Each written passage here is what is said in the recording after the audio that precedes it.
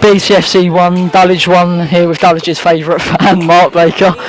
Mark, what did you think of today? I thought 1-1 was a fair result in the end, to be honest. I thought we really gave it a go in the first half, and they really gave it a go in the second half. Don't think you can argue with a draw. I thought both teams were fairly decent on the day, and the ref really probably turned it into a bit of a farce at times. I think we should have been 2-0 up before they got the equaliser back. There was a definite penalty in the second half when their player, I think it was Nathan Green, just fell straight on the ball in the area, slipped, fell on the ball with his hand. Just a penalty all day long, and I'd really like to see the replay of the disallowed goal from the free kick, because it didn't touch anyone, so the only way it could have been offside is if someone was obstructing the view of the keeper or something, but no one touched it. So I'd like to see that again, so that would make it 2-0, and they're big decisions, so it would change the game. So we could have seen a different result if it wasn't for the refereeing decisions, and he just didn't let the game flow very well, and he didn't give a lot of fouls, and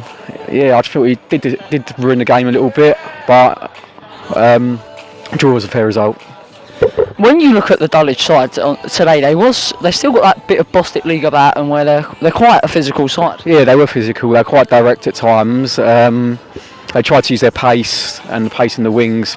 Pace, quite in the first half, they're playing quite direct long balls in behind our centre halves. They got in a few times from doing that. But then in the second half, I thought they played some really nice football. Probably because we allowed them to. I think we stood too far off them, and we sat back deeper. We quite got deeper and deeper until they scored that goal.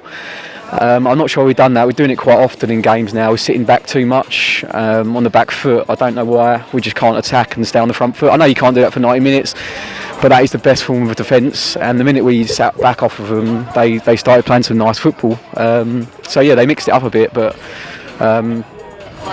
yeah, I think at times they did what they had to do in the first half, and then in the second half they come out and gave us a better game of football, and then in the end we brought on Cunton and played a bit direct as well. So yeah, I mean it's not always a bad tactic to play like that. We almost scored from it as well. We had a few chances, a couple of scrambles to the line for both teams. So yeah, I thought it was a really fair, even game. I'll tell you what must be frustrating for Dean as well. We are creating so many chances, but we're just not finishing them. And he said to us on the interview, we need goals from other areas, and we're still not getting them. Yeah, I think it started really well under Dean. The first few games we looked like we were going to, score a lot of goals, be really attacking, free flowing. More recently, it's dried up a little bit.